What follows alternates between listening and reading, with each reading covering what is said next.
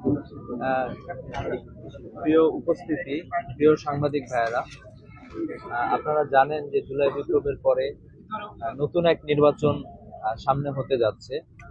এই নির্বাচনে বাংলাদেশের মানুষ আমেজ এবং উদ্দীপনার সাথে এই ভোটে অংশগ্রহণ করবে বলেই বাংলাদেশের মানুষ প্রস্তুতি গ্রহণ করেছে।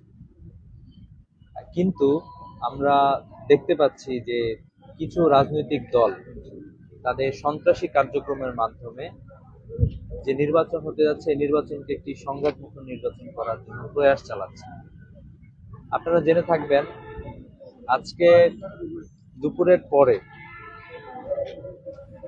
দুপুরের পরে কিছু আসরের পর কিছু নারী যারা সেই এলাকায় কার্যক্রমের জন্য ছিলেন, তারা তো সেইখানে কিছু নারীকে কিছু সন্ত্রাসী গোষ্ঠী, যারা আপনারা জানেন যে চাঁদাবাজির সাথে জড়িত, যারা এ ধরনের একটি গোষ্ঠী নারীদেরকে নানা ধরনের হেনস্থা করার চেষ্টা করেছে।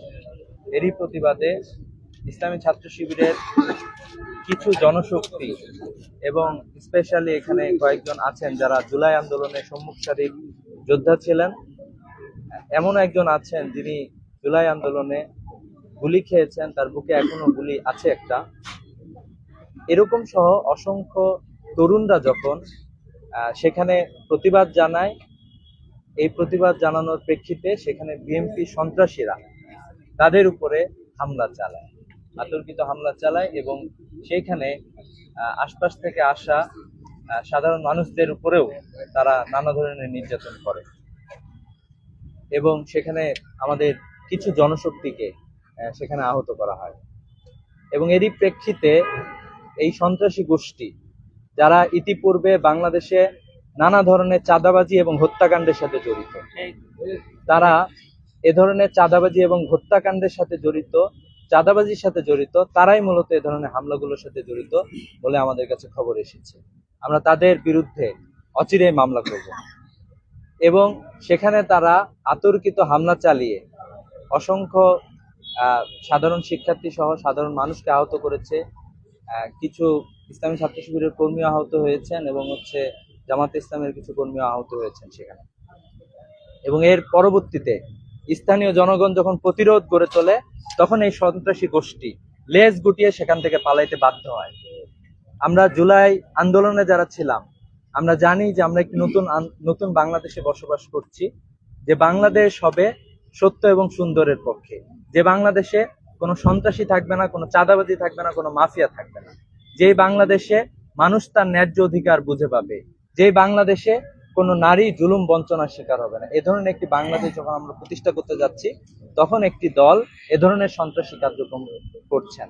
আমরা ইসলামী ছাত্র শিবিরের কর্মীরা সেখানে শক্ত প্রতিরোধ গড়ে তুললে তারা লেজ গুটিয়ে পালাতে বাধ্য হয়।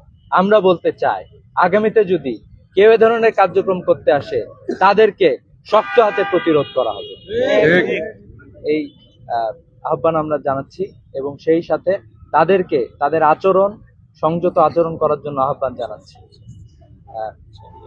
এই বলেই আমি আমার কথা শেষ করছি এবং আমরা অনতিবিলম্বে যারা হামলার সাথে জড়িত, যারা নারীদেরকে যারা হেনস্থার সাথে যারা জড়িত এবং যারা জুলাই যোদ্ধা সহ অসংখ্য মানুষকে আহত করেছে, তাদের অনতিবিলম্বে গ্রেফতার করার আহ্বান আমরা জানাচ্ছি। এবং তারা শুধু আহত করে নাই, তারা সেখানে কিছু যারা ওইখানে ছিলেন সাধারণ মানুষ যারা ভিডিও করেছেন, তাদের মোবাইলও তারা চুরি করেছে। তো এই জন্য এ ধরনের সন্ত্রাসী কার্যক্রম অনতিবিলম্বে সংশ্লিষ্ট থানাকে এবং নির্বাচন কমিশনকে আহ্বান জানাচ্ছি, তারা যাতে অনতিবিলম্বে এ ধরনের কার্যক্রমের সাথে যারা জড়িত তাদেরকে যাতে অনতিবিলম্বে গ্রেফতার করা। একটা বিষয়, আমরা কখন ঘটনার সূত্রপাত কি নিয়ে আপনারা এটা উল্লেখ করেন, সূত্রপাতটা কেন হইলো এবং কারা স্পেসিফিক হামলা করলো, ওই রাজনৈতিক দলের নাম কি? সেখানে মূলত কিছু নারী ছিলেন যারা সেখানে ছিলেন, তাদেরকে তারা হেনস্থা করেছিলেন এবং তারা আমরা জেনেছি যে তারা বিএনপির সাথে জড়িত। এ ধরনের একটি গোষ্ঠী যারা বিএনপির সাথে জড়িত, তারাই মূলত এ ধরনের নারী নিপীড়নের সাথে জড়িত এবং এরপরেই মূলত সেখানে ইসলামী ছাত্র শিবিরের জনশক্তিরা ছুটে যায় এবং ইসলামী ছাত্র শিবিরের জনশক্তিদের উপরেও হামলা করা হয় এবং পরবর্তীতে সেখানকার সাধারণ মানুষ সহ ইসলামী ছাত্র শিবিরের কর্মীরা প্রতিরোধ করে তোলে। আপনারা কতজন আচ্ছা সেকথন ভাই, এখানে হামলার প্রায়- কারণ কি বলে মনে করছেন, ক্লিয়ার করে নিয়ে হামলার কারণ? হামলার কারণ এখন সন্ত্রাসী গোষ্ঠীর তো আসলে কোনো কারণ লাগে না, তারা যে কোনো একটা অজুহাতেই তারা কোনো একটা কিছু করে বসে। তো আমাদের কাছে কোনো কারণ আসলে মনে হয় নাই, কিন্তু তারা যে হামলা চালিয়েছে এই হামলার আমরা প্রতিবাদ জানাচ্ছি। কয়জন আহত? এখানে এখন পর্যন্ত 16 জন আহত। সবাই কি নারীরা? এখানে পুরুষরাই মূলত আহত হয়েছেন, নারীদেরকে একটা বাসায় বন্দি করার চেষ্টা করা হয়েছিল বলে আমরা শুনছি। আশঙ্কাজনক অবস্থায় আছেন কিনা কি? জি, এখানে হচ্ছে কিছু সেন্সিটিভ জায়গায়, বিশেষ করে আমরা বললাম যে একজন জুলাই যোদ্ধা আছেন যিনি জুলাই আন্দোলনে বুকে গুলি খেয়েছিলেন, তার এখনো একটা গুলি আছে। তো সেও মূলত এখানে আহত হয়েছে, কারেন্টে শক দেওয়া হয়েছে, এইভাবে নানাভাবে নির্যাতন করা হয়েছে, মাথায় শক দেওয়া হয়েছে। তবে আমার প্রশ্ন হচ্ছে যে তাদের পক্ষ থেকে অভিযোগ করা হয়েছে যে আপনাদের যারা নেতা কর্মী ছিল মহিলা, তারা ওই বাসায় গিয়েছেন এবং তাদের কাছ থেকে নাম্বার চেয়েছেন এবং এনআইডি কার্ডের নাম্বারটা চেয়েছেন। এটা কারণ কি, তারা এনআইডি কার্ডের নাম্বার এবং মোবাইল নাম্বারটা কি করবে? এটা বাংলাদেশে তো যে কেউ যে কারোর সাথে যে কারোর কাছে যাইতে পারে, কথা বলতে পারে, তার সাথে নানা ধরনের ইনফরমেশন শেয়ার করতে পারে, এটা তো হতেই পারে যে কেউ, এটা তো কোনো অপরাধ না। কিন্তু এই সন্ত্রাসী গোষ্ঠী এটাকেও মানে এ ধরনের কার্যক্রম তারা সহ্য করতে পারে। প্রশ্ন হচ্ছে এনআইডি কার্ডের নাম্বার দিয়ে কি করা হবে? এটা মানে অনেকেই এখানে একজন মানুষ আর একজন মানুষের সাথে পরিচয় এবং তাদের সাথে কথাবার্তা, নানা ধরনের কার্যক্রম মানুষের থাকে, একটা সামাজিক আয়োজন এবং হচ্ছে সামাজিক মেলামেশা। ভাই তারা অভিযোগ করছে যে বিকাশ নাম্বার নাকি চাওয়া হয়েছিল, এটা কি সত্য? না না, অভিযোগ করেছে। মোবাইল নাম্বার চেয়েছেন, এই কাজ নাম্বার চাইছেন। সন্ত্রাসীদের তো কোনো অভিযোগ নাই। Thank you. দেখেন ওই আরেকটা বিষয় ভাই যদি অ্যাড করেন নাকি ভাই, মূলত ছাত্র শিবিরের কর্মীরা কিন্তু মসজিদে ছিলেন, শিবিরের কর্মী মসজিদের মধ্যে মারা হয়েছে তার ভিতরে ঢুকে, এবং ঢোকার সময় আপনি দেখবেন এখানে যারা এসেছে তাদের পিঠের মধ্যে কাটা দাগ রয়েছে, ঘাড়ে কাটা দাগ রয়েছে, তারা লাঠি দিয়ে না, তারা ধারালো অস্ত্র দিয়ে মেরেছে। এবং শুধু তাই না, জায়গাটা হচ্ছে এমন মাথায় মারা, বারবার এই রোগীগুলো এখানে আছে, আপনারা অনেকে দেখেছেন যে টার্গেট করে মাথায় মারা হয়েছে, সেন্টি জায়গাতে মারা হয়েছে, এবং দু একজন আমাদের রোগী খুব সিরিয়াস অবস্থা আছে এখানে। হ্যাঁ, তো দেখেন ইসলামী ছাত্র শিবিরের যারা কর্মী ছিল, তারা ভিডিও করেছিল অন্যায়গুলো, এই প্রত্যেকটা মোবাইল থেকে নেওয়া হয়েছে। শুধু তাই না, মানি ব্যাগে টাকা পর্যন্ত নেওয়া হয়েছে তাদের কাছ থেকে। তো এই মোবাইলগুলো তারা ফেরত দিলে দেখবেন সেখানে সব প্রমাণগুলো পাওয়া যাবে। থানা যদি আমাদেরকে সহযোগিতা করে মোবাইলগুলো নেওয়ার ক্ষেত্রে, প্রত্যেকটা ফুটেজ আপনারা দেখবেন কারা জড়িত ছিল এখানে। বিএনপির কবির, বিএনপির নেতা মিলন সরাসরি এখানে লিড দিয়েছেন, এবং তাদের এখানে লাঠি সোটা সহ অস্ত্র সহ দেশীয় সবগুলো তারা এখানে ছিল, অর্থাৎ বিএনপি পরিকল্পিতভাবে কাজগুলো করছে। আপনি খেয়াল করে দেখবেন, আমরা মনে করতাম তারেক রহমান দেশে এসে হয়তো এগুলো বন্ধ হয়ে যাবে, তারেক রহমান দেশে আসার পর আরো এগুলো বেশি হচ্ছে। আমাদের উপরে নোয়াখালীতে হামলা চালানো হলো, তখন মিডিয়া বলেছিলেন যে বিএনপি জামাত সংঘর্ষ হয়েছে। আজকে আমরা দেখছি যে ইসলামী ছাত্র শিবিরের কর্মীদেরকে মসজিদে ঢুকে মারা হলো, সেখানে বলা হলো শিবির জামাত সংঘর্ষ নাকি এখানে হয়েছে। এই যে মিথ্যাচারগুলো সব জায়গায় চলছে, এগুলো সবার আগে বন্ধ করতে হবে।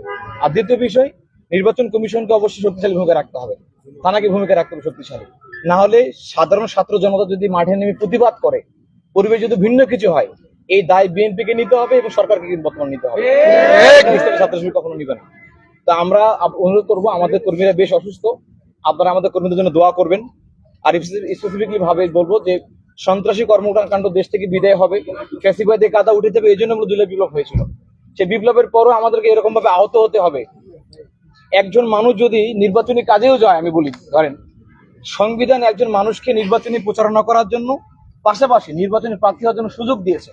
যদি এই কাজও কেউ করতে যায় ব্যক্তিগতভাবে কোনো মহিলা মানুষ কারো কাছে, এখানে সরকার তো বাধা দিচ্ছেই না, তাহলে ব্যক্তিগতভাবে একটি দল কেমন করে বাধা দেয় সেখানে? আমাদের বিষয়গুলো হলো আমরা ইতিমধ্যে ক্লিয়ার করেছি, ইসলামী ছাত্র শিবির সহিংসতা বিশ্বাসী না, আমরা লম্বা সময় ধরে ধৈর্য ধারণ করে যাচ্ছি।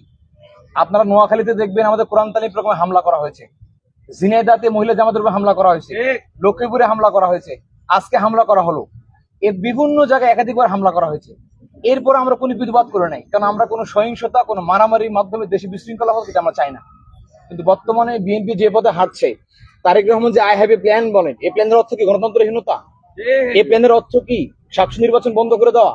এই প্ল্যানের অর্থ কি কর্মীদেরকে লেলিয়ে দিয়ে বিরোধী কোনো শক্তি যারা নির্বাচনী কাজ করে তাদের উপর হামলা করা, নিরীহ মহিলাদের উপর হামলা করা? তারেক রহমান প্ল্যান কিনা, তাকে ব্যাখ্যা করা দরকার। ইতিমধ্যে আরো দেখেছি বিভিন্ন জায়গায় যে সমস্ত প্রার্থিতা করছেন তাদের বিএনপির আসনে ফ্রেমিং করা হয়। আমরা দেখেছি খালিদুজ্জামান ঢাকা 17 আসনে তার ডিগ্রি নিয়ে কথা বলা হচ্ছে, অথচ তিনি চমৎকার ডিগ্রি নিয়ে এসে চিকিৎসা ব্যবস্থা করছে বাংলাদেশ, সেটা অন্য কারো হয়তো বা নাও থাকতে পারে। তারপরে এগুলোকে ফ্রেমিং করা হচ্ছে। কাজে বিএনপিকে আমরা বলবো আপনারা দয়া করে অপরাজনীতি বন্ধ করেন। এই মববাজি করে ইসিকে ঘেরাও করে নির্বাচন পিছিয়ে দেওয়া, মানুষকে হেনস্থ করা, বড় বড় বক্তব্য দেওয়া, নারীদের উপরে হামলা করা, এগুলো বন্ধ করে সুভদ্রা ফিরে আসেন। নাহলে আগামী জাতীয় নির্বাচনে তরুণ ছাত্র সমাজ বেসিক্যালি 4 কোটি ভোটার আপনাদের বিরুদ্ধে অবশ্যই ভালো একটা উদ্যোগ নেবে। ভোটের মাঠে আপনার উপযুক্ত জবাব পাবেন দেখবেন ইনশাল্লাহ। আজাদ ভাই, আমরা তো একটু দেরিতে আসছি, তা একটু যদি বলেন যে আমরা আসলে এখান থেকে খবর কালেক্ট করে নিয়ে এসেছি কিছু। বিএনপির পক্ষ থেকে যে বিষয়টা বলা হচ্ছে যে নির্বাচনী প্রচারণা করার জন্য মহিলা জামাতের কয়েকজন কর্মী সেখানে ছিলেন এবং তারা সেটা অপোজ করেছে এবং সেখানকার যারা যে বাড়িগুলোতে তারা গিয়েছেন সেখানেও নাকি তাদেরকে বাধা দেওয়া হয়েছে এবং তারা বলছে যে প্রচারণার আগে যে প্রচারণা করছে এটা তারা একটা প্রতিবাদ জানিয়েছে এবং বলছে তখন নাকি আপনাদের পক্ষ থেকে সেখানে একটা ঝামেলা সৃষ্টি করা হয়েছে। এই অভিযোগ সত্যতা কি? আপনাদের বক্তব্যটাকে যদি একটু বলেন। রাস্তায় তো বেরো যাওয়া ছিলেন না, রুমে ছিলেন না, তাদেরকে রাস্তা থেকে ধরে রুমে নিয়ে যাবে আটকানোর জন্য।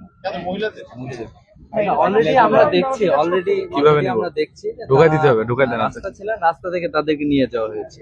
এবং আপনারা দেখবেন অলরেডি বিএনপি সারা দেশে নানা ধরনের সভা সমাবেশ করে যাচ্ছে। আপনারা দেখবেন যে দোয়া অনুষ্ঠানের নামে তারা বড় বড় প্রোগ্রাম করছে, এ ধরনের কার্যক্রম কিন্তু তারা করছে। কিন্তু আমাদের নারী কর্মীরা যখন নারীরা যখন রাস্তায় বের হয়েছে তাদের উপরে তারা মব ক্রিয়েট করার চেষ্টা করছে। এটা কি নির্বাচনী প্রচারণার জন্য তারা বেরিয়েছিলেন? তারা নির্বাচনী প্রচারণা, সাধারণ সামাজিক কার্যক্রমে তারা বেরিয়েছে। আমরা যতটুকু শুনেছি যে আপনাদের যে দাওয়াতি কার্যক্রম থাকে সে একটা কার্যক্রমের অংশ ছিল, এটা কি দাওয়াতি হ্যাঁ, কার্যক্রম ছিল? আমাদের সব ধরনের কার্যক্রম তো থাকে, আমাদের কার্যক্রম চলে। এবং আপনাদের মূলত আহত হয়েছে কতজন, গুরুতর আহত কতজন আছে? এটা আমরা বলেছি একটু আগে, ভাইদের কাছ থেকে শুনে নিন। 16 জন আহত, একটু যদি বলে দেন। 16 জন আহত। গুরুতর কতজন? বেশ কয়েকজন গুরুতর আছে। এখানে জুলাই যোদ্ধা আহত আছেন এবং মসজিদে গিয়ে তাদেরকে নির্যাতন করা হয়েছে, শক দেওয়া হয়েছে মাথায় এবং নানা ধরনের বুকে মারা হয়েছে, পিঠে মারা হয়েছে, মাথায় মারা হয়েছে, খুবই সেন্সিটিভ জায়গায় মারা হয়েছে। কিন্তু আমাদের স্থানীয় মানুষ সহ আমাদের জনশক্তিরা এবং স্থানীয় মানুষরা সহ যখন প্রতিবাদ গড়ে তুলেছে তখন তারা ওই এলাকা ছেড়ে যেতে বাধ্য হয়েছে এবং আমরা পুলিশকে অনতিবিলম্বে গ্রেফতার করা হবে। জি ধন্যবাদ, আপনারা কষ্ট করে সময় দিয়েছেন, সবাইকে ধন্যবাদ জানাচ্ছি আমরা। কোথায়? আদালত থেকে নিয়ে